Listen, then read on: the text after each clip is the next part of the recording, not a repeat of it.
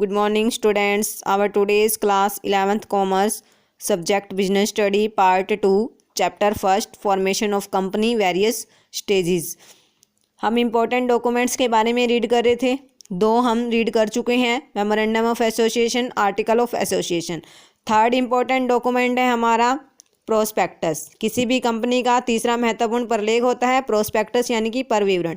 Prospectus जो है एक ऐसा डॉक्यूमेंट होता है जिसमें इशू से रिलेटेड यानी कि निर्गमन से संबंधित सारी सूचनाएं होती हैं और जिसके माध्यम से जो है कोई भी कंपनी अपने शेयर्स और डिवेंचर यानी कि अंश और ऋण पत्र खरीदने के लिए जनता को इनवाइट करती है। ठीक है, प्रोस्पेक्टस क्या होता है? इंपॉर्टेंट डॉक्यूमेंट होते हैं जिसके थ्रू क्या करती है कोई भी पब्लिक कंपनी पब्लिक को शेयर्स और डिवेंचर्स खरीदने के लिए इनवाइट करती है।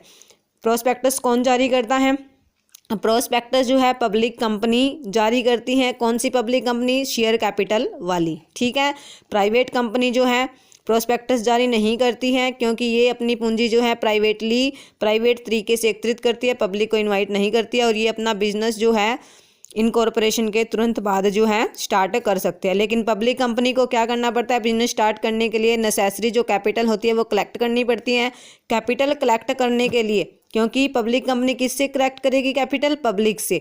तो पब्लिक से कैपिटल कलेक्ट करने के लिए हमें क्या जारी करना पड़ता है? प्रोस्पेक्टस, जिसमें क्या है कंपनी से संबंधित सारी बातें लिखी होती हैं। ठीक है, प्रोस्पेक्टस जो है हम क्यों जारी करते हैं?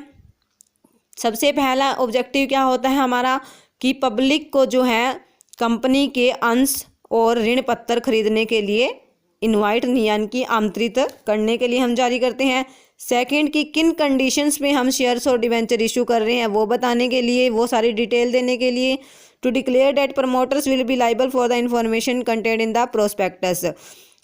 और प्रोस्पेक्टस के माध्यम से हम क्या डिक्लेयर करते हैं कि जो भी सूचनाएं जो है प्रोस्पेक्टस में लिखी गई है जो है उनके लिए प्रमोटर्स यानी कि प्रवर्तक जिन्होंने कंपनी स्थापित किया वो कहाँ तक जो है उत्तरदायी है। ठीक है, नीड ऑफ प्रोस्पेक्टस क्यों जारी करते हैं? क्योंकि पब्लिक कंपनी जारी करती है प्रोस्पेक्टस। पब्लिक कंपनी क्यों जारी करती है? क्योंकि कोई भी पब्लिक कंपनी तब तक अपने जो है शेयर्स और डिवेंचर अलॉट नहीं कर सकती जब तक उसे मिनिमम सब्सक्रिप्शन ना मिल जाए। मिनिमम सब्सक्रिप्शन कहाँ से मिलेगा? जब वो पब्लिक से क्या करेगी? कैपिटल कलेक्ट करेगी। कैपिटल कलेक्ट करने के लिए जो प्रोस्पेक्टस जारी करना जरूरी होता है। Forms and contents of prospectus. ठीक है, फॉर्म्स एंड कंटेंट्स में यानी कि प्रोस्पेक्टस के अंदर जो हमें कौन कौन सी बातें डाली जाती है, कौन कौन सी इंपॉर्टेंट डिटेल्स दी जाती है। सबसे पहले main objects of the company and signatories of the memorandum. सबसे पहली बात हम क्या लिखेंगे? कंपनी का जो है उद्देश्य क्या है यानी कि कंपनी किस उद्देश्य के लिए स्थापित की गई है। और सिग्नेचरीज जिन्होंने मेमोरेंडम यानी कि पार्षद सीमा नियम पर जिन्होंने हस्ताक्षर किए हैं उनके बारे में फुल डिटेल जो है होनी चाहिए। उनके नाम, पते, सारी चीज़ें लिखी हुई होनी चाहिए। फर्स्ट कंटेंट हम यही डालते हैं। Second, share capital. पब्लिक को हम किस लिए इनवाइट कर रहे हैं? शेयर्स और डिवेंचर खरीदने के लिए इनवाइट कर रहे हैं। तो शेयर कैपिटल के बारे में सारी इन्फॉर्मेशन होनी चाहिए कि कंपनी की जो ऑथराइज्ड कैपिटल है वो कितनी होगी, कितने प्रकार के शेयर इशू किए हैं, एक शेयर जो है कितने का है, किस प्रकार का है, जो व्यक्ति शेयर खरीदेगा वो क्या कहलाता है? शेयर होल्डर्स, उसके क्या क्या जो है अधिकार होंगे, क्या क्या पावर होगी।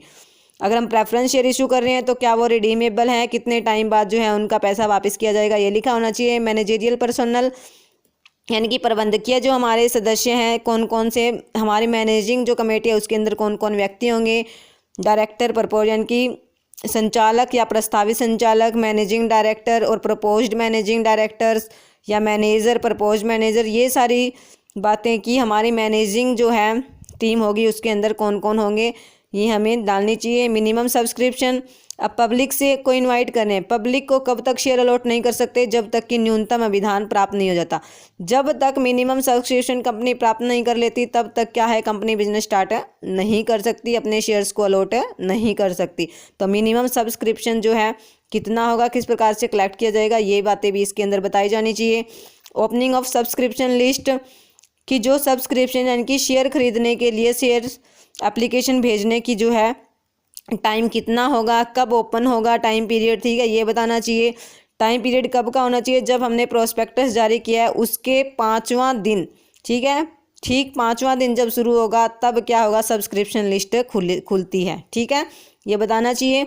एप्लीकेशन एंड अलॉटमेंट मनी, अगर 10 रुपये का शेयर है तो हम कैसे मंगा रहे हैं, जैसे कि 5 रुपये एप्लीकेशन पे मंगा लिए, 2 रुपये अलॉटमेंट पे, 3 रुपये फर्स्ट एंड फाइनल कॉल पे मंगा लिए। ये बातें बतानी चाहिए कि एप्लीकेशन पे कितने रुपये मंगाएंगे, अलॉटमेंट पे कितने मंगाए जाएंगे। शेयर्स और debenture issued for consideration other than cash, अगर हमने नकद के अलावा किसी और प्रतिफल के बदले में शेयर्स, अंश या डिवेंचर्स, अंश या ऋण पत्र जारी किए हैं तो उसके बारे में बताना चाहिए। शेयर प्रीमियम, अगर हम जो है शेयर्स को प्रीमियम पे इशू कर रहे हैं, मान लो फेस वैल्यू हमारे शेयर की, एक शेयर की 100 रुपये है और हम उसे 110 रुपये में दे रहे हैं, यानी कि प्रीमियम जो है पर शेयर कितना होगा ये बताना चाहिए। अंडर राइटर्स, अभिगोपक, यानी कि अभिगोपकों को जो है अगर कोई शेयर दिए गए हैं किस कंडीशन पे दिए गए हैं ये बताना चाहिए। प्रिलिमिनरी एक्सपेंसेस, कंपनी को स्टार्ट करने के लिए जो प्रारंभिक व्यय हुए हैं कितने हुए हैं, किस प्रकार से उन्हें पे किया गया है, ये सारी चीज़ें जो है बतानी चाहिए। प्रमोटर्स, कंपनी के जो प्रमोटर्स हैं उन्हें कितनी अमाउंट दी गई है, या फिर क्या है कंपनी में जो है उनका कितना इंटरेस्ट यानी कि कितना हित है ये बताना चाहिए। ऑडिटर्स यानी कि अंकेक्षक, जो कि अंकेक्षक कौन होते हैं, जो कंपनी के अकाउंट्स को चेक करते हैं, ठीक है। तो कंपनी के अकाउंट्स को चेक, जो भी ऑडिटर्स चेक करेंगे उनके नेम, उनके एड्रेस और उनके जितना भुगतान यानी कि जितनी फीस दी जाएगी वो बातें बतानी चाहिए। डिटेल्स ऑफ बिजनेस, बिजनेस के बारे में डिटेल होनी चाहिए, क्या कंपनी ने कोई नया बिजनेस स्टार्ट किया है या क्या है बिजनेस पहले से चला आ रहा है, भविष्य में बिजनेस जो है कितने लॉन्ग टाइम तक एग्जिस्टेंस करेगा, ये सारी बातें बतानी चाहिए। प्रॉपर्टी एक्वायर्ड, बिजनेस को चलाने के लिए जो भी एसेट्स हैं वो हमने कहाँ से खरीदी हैं, कौन से विक्रेता से खरीदी है, उसका नेम, उसका एड्रेस, सारी बातें लिखी होनी चाहिए। रिस्ट्रिक्शन इन आर्टिकल्स, अंतर नियमों में अगर कोई प्रतिबंध लगाए गए हैं, जैसे कि मीटिंग के बारे में या स्पीकिंग, बोलने के बारे में, वोटिंग के बारे में यानी कि मत देने के बारे में, अपने अधिकार को ट्रांसफ़र करने के बारे में, इनसे रिलेटेड अगर कोई प्रतिबंध, कोई रिस्ट्रिक्शन लगाई गई है तो उसका उल्लेख होना चाहिए। कैपिटलाइजेशन ऑफ प्रॉफिट और रिजर्व्स, एक्स्ट्रा जो प्रॉफिट्स और रिजर्व्स होंगे उनको किस प्रकार से पूंजीकरण किया जाएगा, किस प्रकार से उन्हें कहाँ ट्रांसफ़र किया जाएगा, ये सारी बातें बतानी चाहिए। Time and place of inspection, company के जो खाते हैं उनको जो है कंपनी के फाइनल अकाउंट्स कौन से, जैसे balance sheet, profit and loss account, इनको किस टाइम और किस स्थान पर हम जो है इंस्पेक्ट यानी कि निरीक्षण कर सकते हैं, चेक कर सकते हैं, ये बताना चाहिए।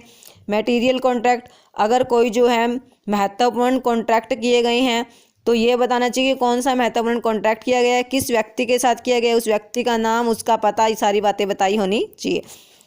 दूसरा होता है हमारे पास statement in lieu of prospectus. अब हमने पढ़ा प्रोस्पेक्टस, अगर कोई कंपनी प्रोस्पेक्टस जारी नहीं करती तो क्या है, उसे प्रोस्पेक्टस के स्थान पर स्थानापन्न पर विवरण जारी करना पड़ता है, यानी कि statement in lieu of prospectus जारी करना पड़ता है। कब जारी करते हैं, जब कंपनी प्रोस्पेक्टस जारी नहीं करती तब उसके स्थान पे क्या जारी किया जाता है, statement in lieu of prospectus.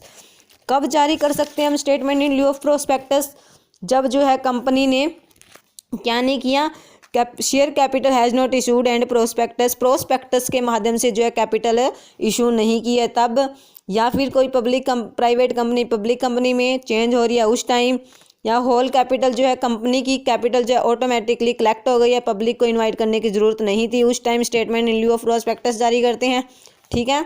Contents of statement in lieu of prospectus, वो सारी मेन बातें जो कि हम प्रोस्पेक्टस में डालते हैं वो हमें statement in lieu of prospectus में भी डालनी पड़ती हैं। कौन कौन सी, अमाउंट ऑफ प्रिलिमिनरी एक्सपेंसेस के प्रारंभिक व्यय कितने हुए हैं, किस प्रकार पे किया जाएगा, शेयर कैपिटल कितनी है, इन्फॉर्मेशन अबाउट कंपनी के जो डायरेक्टर्स हैं, जो मैनेजर्स हैं, उनके नेम, एड्रेस डाले जाते हैं, कितना उन्हें रेम्युनरेशन दिया जाएगा ये बताया जाता है। अभिगोपकों के बारे में सूचना दी जाती है, जो अंकेक्षक हैं उनके नेम और पते भी डाले जाते हैं। संचालक जो हैं, संचालकों के बारे में डिटेल दी जाती हैं, ठीक है। अगर कोई इंपॉर्टेंट डॉक्यूमेंट कॉन्ट्रैक्ट की हैं तो उनके बारे में भी बताया जाता है, और वो स्थान और टाइम डिसाइड बताया जाता है जहाँ पे जो है कंपनी के फाइनल अकाउंट्स जो है चेक किए जा सकते हैं एनी टाइम, ठीक है। ये था प्रोस्पेक्टस में कंपनी से रिलेटेड सारी बातें जो है डाली जाती हैं, उन बातों को रीड करके फिर क्या है पब्लिक शेयर से सब्सक्राइब करती है, ठीक है। अगर हम प्रोस्पेक्टस जारी नहीं करते तो कंपनी को क्या जारी करना पड़ता है, statement in lieu of prospectus. Thanks.